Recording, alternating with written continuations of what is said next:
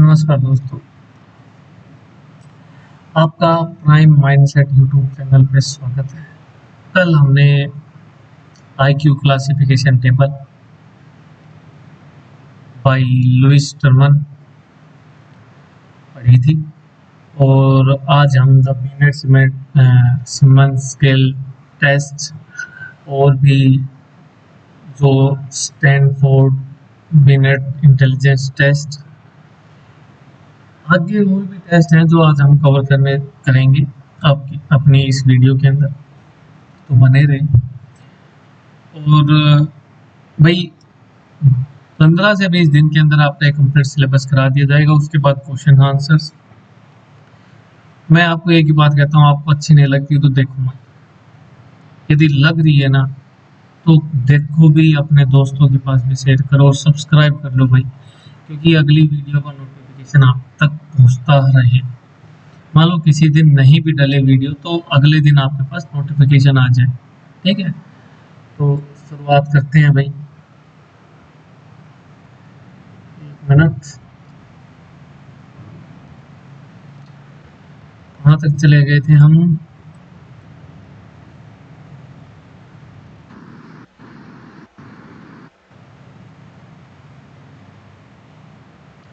ये हमारा हो गया था लेवाइगोत्स्की, मोरल सेंटर्ड प्रोग्रेसिव, हाँ मारिया मोंटेस्री, ये भी हो चुका था। कल हमने IQ classification table by Lewis Terman हमने पढ़ ली थी। आज हम शुरुआत करेंगे the Binet Simon scale test, ठीक है। यहाँ पे लिखना भूल गए हम, बिनेट सिमन स्केल टेस्ट। सबसे पहली बात, ये स्केल टेस्ट दिया किस किस के द्वारा? नाम में ही लिखा हुआ है बिनेट, तो ये हो जाएगा अल्फ्रेड बिनेट के द्वारा। The test given by Alfred Binet and the Theodore Simon, ठीक है, थेंडोर सीमन के द्वारा दिया है। इसका ऑब्जेक्टिव क्या था? ये टेस्ट है वो डिजाइन किया गया to identify children struggling in schools and those require special education, जो स्कूल में दुविधाओं से जूझ रहे हैं उन बच्चों के लिए इस टेस्ट को डिजाइन किया गया, ठीक है। और उनके लिए क्या किया गया है? दोज रिक्वायरिंग स्पेशल एजुकेशन, उनको स्पेशल अटेंशन या स्पेशल एजुकेशन की आवश्यकता है, वो स्कूल के अंदर दिक्कत या समस्या महसूस कर रहे हैं, उन बच्चों के लिए बिनेट सिमन टेस्ट किया गया। इसके अंदर 3 चीजों के ऊपर फोकस किया गया इस टेस्ट के अंदर, memory, attention and problem solving, ठीक है। ये चीजें याद रख लेना, ये और फर्स्ट पॉइंट, सेकंड और दिस इज थर्ड, कि मेमोरी, अटेंशन और प्रॉब्लम सॉल्विंग पर ध्यान दिया गया। इसके अंदर 30 क्वेश्चन दिए गए टेस्ट के अंदर, डिजाइन किया गया 3 से 13 साल के बच्चों के लिए। कंट्रीब्यूशन क्या है? Introduce the fundamental concept of mental as, ठीक है, कि अल्फ्रेड बिनेट ने ये कंसेप्ट ऑफ मेंटल एज दिया, ठीक है। तो इस कंप्लीट जो आपका टेस्ट होता है, इसमें 30 नंबर की टेस्ट होती है। इसके अंदर बच्चों की मेमोरी, अटेंशन और प्रॉब्लम सॉल्विंग की जो एरियाज हैं वहाँ पे फोकस किया जाता है। 30 क्वेश्चन होते हैं, 3 से 13 साल के बच्चों के लिए था ये टेस्ट, ठीक है। और इसी टेस्ट के जरिए उन्होंने मेंटल एज का भी कॉन्सेप्ट दिया अल्फ्रेड बिनेट, ठीक है। अगला आपके पास क्या हो जाएगा? Stanford Binet intelligence test. अब यही टेस्ट है, इसका नाम स्टैनफोर्ड बिनेट इंटेलिजेंस टेस्ट है। क्यों है? लेकिन ये दिया गया लुइस टर्मन के द्वारा, लुइस टर्मन के द्वारा दिया गया 1916 के अंदर, ठीक है। ये टेस्ट लुइस टर्मन के द्वारा दिया गया।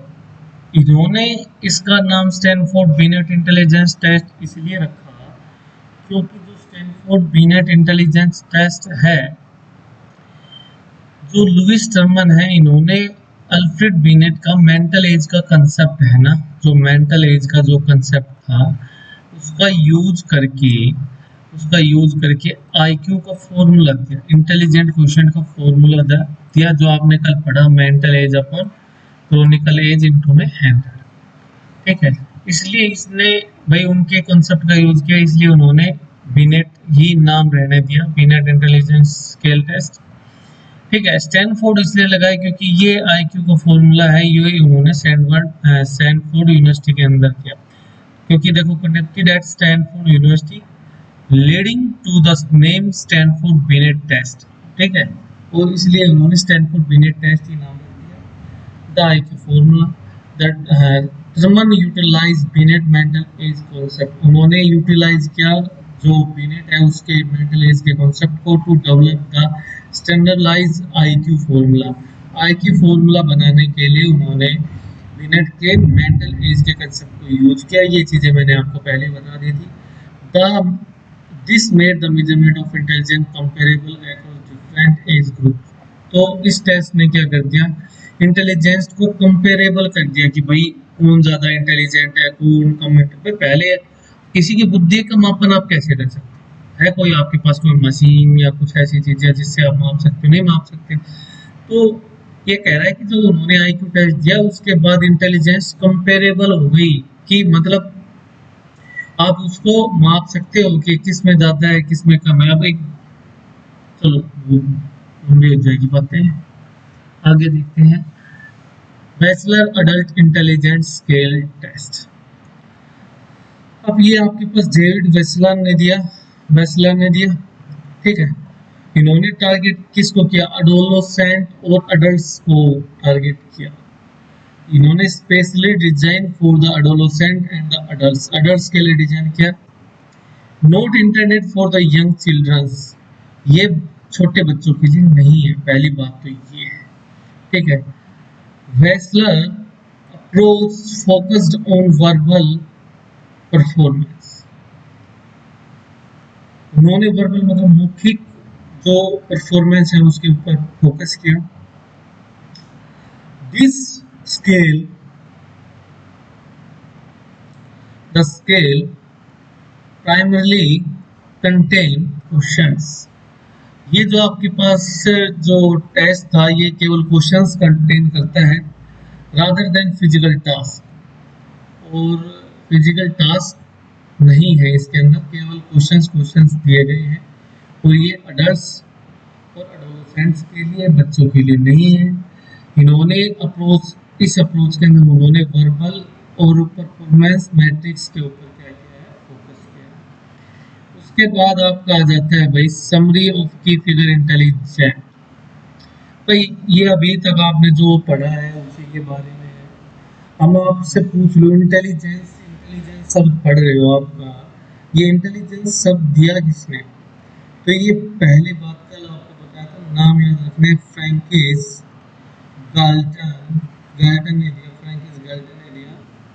ठीक है, एक आपका वो था कोलरबर्ग की जो मोरो डेवलपमेंट थ्योरी थी, उसका विरोध किसने किया था, तो कैरोल गिलिगन था वो, गिली कर। क्यों किया, क्योंकि उन्होंने भाई मैन पर्सपेक्टिव से बनाया था इसको, वुमेन्स का कोई पर्सपेक्टिव लिया नहीं है इसलिए। ठीक है, अब आपने देखो इंटेलिजेंस शब्द किसने दिया, फ्रैंकिस गाल्टन के द्वारा दिया गया। अल्फ्रेड बिनेट ने सबसे पहले मेंटल एज का कंसेप्ट दिया 1905 के अंदर। उसके बाद विलियम स्टेन आए जिन्होंने कंसेप्ट दिया आईक्यू का, इंटेलिजेंट क्वेश्चन का इन्होंने कंसेप्ट दिया 1912 के अंदर। उसके बाद लुईस टर्मन आए। ठीक है, उन्होंने सैंडफेल्ड बिनेट रिवाइज किया और फॉर्मूला दिया 1960 के अंदर। उसके बाद डेविड विस्लर आए, उन्होंने स्पेसिफिक इंटेलिजेंस टेस्ट दिया। ठीक है, ये आपके पास टेस्ट हो गई जो दिए गए।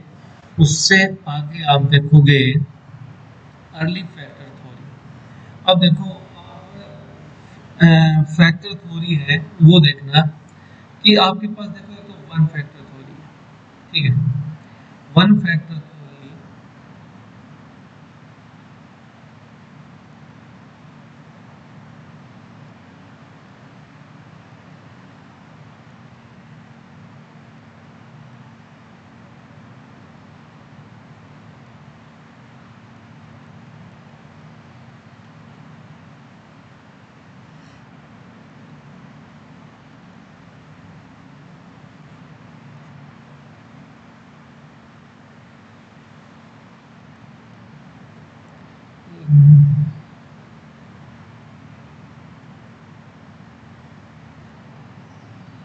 जो आपके पास वन फैक्टर थ्योरी है, ये अल्फ्रेड बेनेट के द्वारा दी गई, प्रोफंड बाय अल्बर्ट बेनेट। याद इतनी कर लेना भाई तुम, ये प्रोफोन की कंसेप्ट वगैरह लिखने की आवश्यकता नहीं है, ठीक है।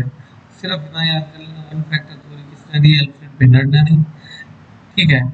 क्या बताया इन्होंने? जनरल फैक्टर जी के बारे में बताया। जनरल फैक्टर जी क्या होता है? इंटेलिजेंस इज सिंगल आइडेंटिटी होती है इंटेलिजेंस, ठीक है। और जी का मतलब होता है जनरल से, ठीक है, जनरल है यहाँ पे। जी का मतलब किससे? जनरल फैक्टर, ठीक है। जो चीज आपके अंदर जन्म से होती है वो आपका जनरल फैक्टर होता है, ठीक है। जो आपकी जन्म मतलब आपका जब जन्म होता है तब से जो चीजें आपके अंदर क्वालिटी है, मतलब आप इंटेलिजेंट हो या आप क्रिकेट के अंदर बढ़िया खेलते हो, तो ये आपका क्या है? जी फैक्टर है, मतलब जनरल फैक्टर। जनरल फैक्टर क्या होता है? वन होता है, ठीक है। तो वन फैक्टर थ्योरी किसने दी? अल्बर्ट बिनेट ने दी। जी आपके पास जनरल फैक्टर होता है, ठीक है। और जनरल फैक्टर मतलब बाई बर्थ होता है, ठीक है, वो आप अक्वायर नहीं करते हो, ठीक है। अब आपके पास सेकंड क्या है? Two factor theory. Two factor theory Charles Spearman के द्वारा दी गई। चार्ल्स स्पेरमैन ने भी इसके दो कंपोनेंट दिए, एक तो जी फैक्टर और एक S factor. G for general, ये आपका जनरल फैक्टर है, ये आपके स्पेसिफिक फैक्टर हो जाएगा, ठीक है। अब जनरल फैक्टर देखो इनिएट और नेचुरल होता है, मतलब बाई बर्थ होता है। इनिएट का मतलब जन्मजात, ये आपके पास आई डबल ए टी ही है, इसका मतलब हिंदी के अंदर होता है जन्मजात, ठीक है। जन्मजात मतलब आपका ये जन्मजात होता है जनरल फैक्टर, तो ये नेचुरली होता है आपके अंदर। लेकिन स्पेसिफिक इंटेलिजेंस है या स्पेसिफिक फैक्टर है, वो आप अक्वायर करते हो बाय लर्निंग। मतलब आप क्रिकेट में अच्छे नहीं हो, लेकिन आप प्रैक्टिस कर करके आपके क्रिकेट में बेस्ट बन जाते हो, तो ये आपका क्या होगा? स्पेसिफिक फैक्टर है क्रिकेट, ठीक है। ये आपका क्या होगा? स्पेसिफिक फैक्टर हो गया। स्पेसिफिक फैक्टर का मतलब होता है कि भाई आपने इस चीज को प्रैक्टिस से एक्वायर किया है। किससे एक्वायर किया है? आपने इस चीज को प्रैक्टिस से क्या किया है? एक्वायर किया है, ठीक है। तो ये आपका क्या हो जाएगा? स्पेसिफिक हो जाएगा, ठीक है। ये चीजें समझ में आई, जनरल फैक्टर और specific factors. General factor innate by birth होता है, नेचुरल होता है। और जो आपका स्पेसिफिक इंटेलिजेंस है वो आपका बाय प्रैक्टिस या बाय आप अक्वायर करते हो, बाय लर्निंग। लर्निंग के जरिए आप इन चीज़ों को क्या करते हो? अक्वायर करते हो, ठीक है। ये आपके पास दो फैक्टर हो जाएंगे। उसके बाद आपके पास आता है मल्टी फैक्टर थ्योरी और ग्रुप थ्योरी। तो देखो तीसरा आपके पास हो जाएगा मल्टी फैक्टर थ्योरी, ठीक है। देखो कलर चेंज कर लेते हैं हम।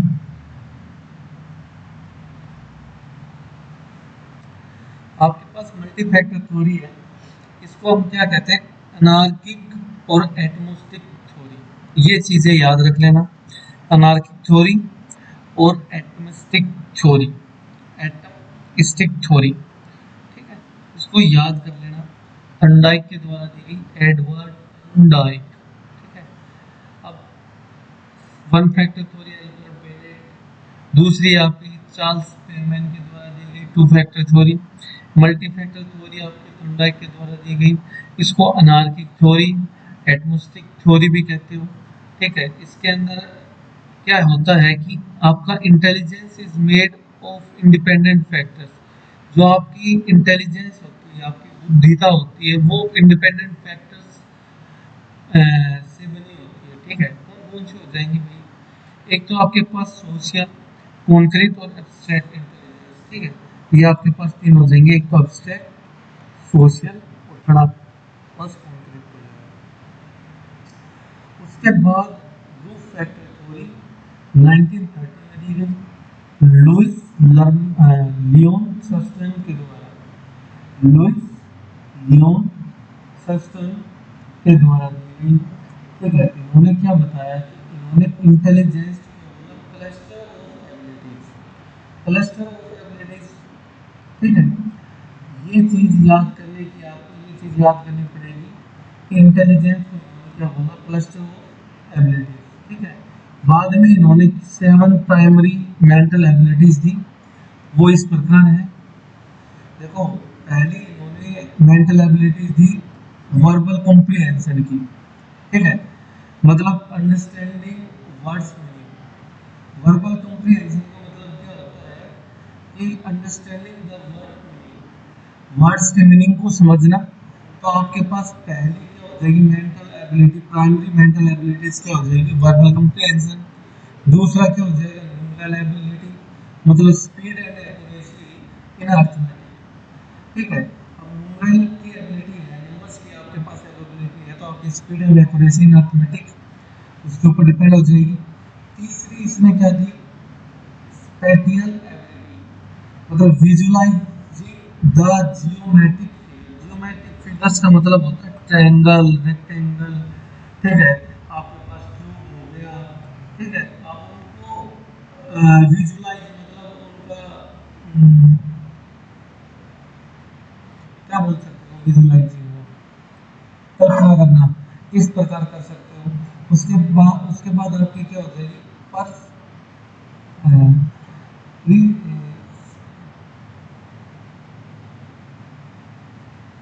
perceptual speed, perceptual speed क्या होती है speed of identify the visual details, कि जो अपने विजुअल्स के डिटेल्स है वो आप उसकी स्पीड क्या रहेगी आपकी। Perceptual speed, speed of identify visual details, visuals जो आपने जो इमेजिन किया जो विजुअलाइज किया उसके डिटेल्स को आप कितनी जल्दी डिटेल्स को कितनी जल्दी आइडेंटिफाई कर सकते हो, ये आपके पास परसेप्चुअल स्पीड हो जाएगी। स्पेटियल स्पीड हो गई। इंडक्टिव रीजनिंग होता है driving general rules of facts. ठीक है, ड्राइविंग जनरल रूल्स को ड्राइव करना है फ्रॉम द फैक्ट्स, फैक्ट्स के जरिए, तथ्यों के जरिए। सिक्स्थ आपके पास हो जाएगी मेमोरी। मेमोरी क्या होती है एक्यूरेसी ऑफ रिकॉल, मतलब आपने कोई चीज़ याद की तो अब आप उसको रिवाइज कर रहे हो। एक्यूरेसी ऑफ रिकॉल मतलब उन चीज़ों को बार दोबारा से याद करना, इसके साथ एक्यूरेसी के साथ वर्ड फ्लुएंसी हो जाएगी आपके पास। ठीक है, speed of using isolated words. ठीक है, आइसोलेटेड वर्ड्स का स्पीडली प्रयोग करना।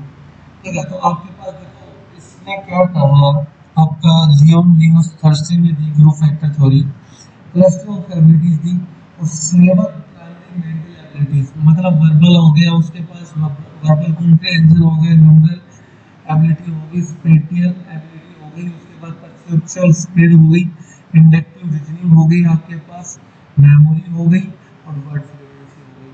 ठीक है, इन चीज़ों को याद रखना भाई। आगे आपके पास क्या आती है try archaic theory of intelligence, ये हमारे पास आज का लास्ट टॉपिक रहेगा। ठीक है, ये आपके पास क्या होगी try archaic theory, try archaic theory of intelligence किसके द्वारा दी गई ये याद रखना है। क्या आएगा आपके पास रॉबर्ट जे चेम्बर के द्वारा दी गई। ठीक है, ट्राई आर्किक थ्योरी भाई, try archaic theory of intelligence, try archaic theory of intelligence है वो आपके रॉबर्ट जे स्टेनबर्ग के द्वारा दी गई। ठीक है, उन्होंने बुक लिखी, इन्होंने रॉबर्ट जे स्टेनबर्ग ने बुक लिखी बियॉन्ड आईक्यू। ठीक है, बियॉन्ड आईक्यू बुक लिखी। इस थ्योरी को जो आपकी try archaic theory of intelligence है इसको सक्सेसफुल इंटेलिजेंस थ्योरी भी कहते हैं। ये चीजें याद रखने की होती हैं कि try successful theory, successful intelligence theory is given by Robert J Sternberg के द्वारा दी गई। उसी प्रकार से हम ये भी याद रख सकते हैं ट्रायआर्किक, भाई आपको कोई भी नाम दे देगा, ट्रायआर्किक थ्योरी ऑफ इंटेलिजेंस पूछ ली तो भी रॉबर्ट जे स्टेनबर्ग हो गया। यदि आपसे वो पूछता है कि सक्सेसफुल इंटेलिजेंस थ्योरी है तो भी आपके पास रॉबर्ट जे स्टेनबर्ग हो गया। ठीक है, इन्होंने ट्राई आर्किक थ्योरी है तो ट्राई आर्किक, इसके अंदर ट्राई पहले आया है, ट्राई का मतलब होता है तो इसने 3 डायमेंशन दिए, एक तो एनालिटिकल, क्रिएटिव और प्रैक्टिकल। ठीक है, अब देखो एनालिटिकल को तो इन्होंने कंपोनेंशियल बोला, दूसरा नाम है इसका एनालिटिकल कंपोनेंशियल होता है। क्रिएटिव, क्रिएटिव में मैंने तो वैसे ही याद किए हैं, वैसे बता देता हूँ आपको जैसे मैंने खुद ने इनको याद किया है। क्रिएटिव, क्रिएटिव कब हो गया जब आप किसी चीज़ को खोल के तोड़ के उसको दोबारा बनाने की कोशिश कर रहे हो या कर रहे हो, कर जब तोड़ फोड़ के बनाने की कोशिश कर रहे हो तो आप क्या कर रहे हो एक्सपेरिमेंट कर रहे हो, तो ये आप क्या एक्सपेरिमेंटल हो गया। प्रैक्टिकल क्या होता है कंसेप्चुअल, प्रैक्टिकल की चीज़ों क्या करोगे जो जो आपके कंसेप्ट हैं, जो टेक्स्ट के अंदर जो कंसेप्ट हैं उनसे रिलेटेड करोगे तो ये क्या होगा, कंटेक्चुअल होगा। ठीक है, अब इसके जो कंपोनेंट्स हैं वो याद कर लेना। देखो आपका एनालिटिकल के अंदर मेटा कंपोनेंट आता है, परफॉर्मेंस आता है, नॉलेज एक्विजिशन आता है। ठीक है, इन तीनों को याद रखना। क्रिएटिव डील करता है, क्रिएटिव क्या होता है आपका, एक्सपेरिमेंटल होता है, तो वो आपका डील करता है नोवेल्टी और ऑटोमेशन के अंदर, नोवेल्टी एंड ऑटोमेशन के अंदर। ठीक है, प्रैक्टिकल के अंदर आपका क्या हो जाएगा, अडेप्टेशन, सिलेक्शन और शेपिंग। ठीक है, शेपिंग, इनको याद कर लेना। आज के लिए इतना ही, और क्लास कैसी लगी कमेंट के अंदर जरूर बताएं भाई, क्या कुछ सुधार किया हो सकता है या कुछ चीज़ें आपको समझ में नहीं आई भाई, इस वाले वीडियो के अंदर कुछ समझ में नहीं आई तो आगे बता दें कि उन चीज़ों को मैं आपको बेटर तरीके से अगले वीडियो के अंदर कर पाऊँ, समझा पाऊँ। मेन बात तो ये है, कमेंट का मतलब तो ये है। और कोई गलती हुई है तो आप गलती भी कमेंट के जरिए बता सकते हो। गलत देखो, मैं पूर्ण रूप से सही नहीं हूँ, मैं वैसे ही सही नहीं मानता खुद को। ठीक है, गलती हर इंसान से होती है, गलती जब तक बताओगे नहीं, मेरे को तो प्रमोट कर रहा हूँ तो मेरे को तो मैं मेरी गलती कभी नहीं निकाल सकता, समझ रहे हो। आप बता सकते हो कि सर ये गलती है, हाँ उसके अंदर सुधार मैं कर सकता हूँ। ठीक है, आप बताएं, कमेंट करें, आपको अच्छी लग रही है तो आपके यार दोस्त, साथी, सहपाठी और कोई भी मान ले आपके रिलेटिव में कोई सेट की तैयारी कर रहा है, सी टेट की तैयारी कर रहा है, तो उसके ऊपर वीडियो जरूर शेयर करें। यदि आप कर रहे हैं तो नोटिफिकेशन आप तक आते रहें, चैनल को सब्सक्राइब करें। ठीक है, और थैंक यू।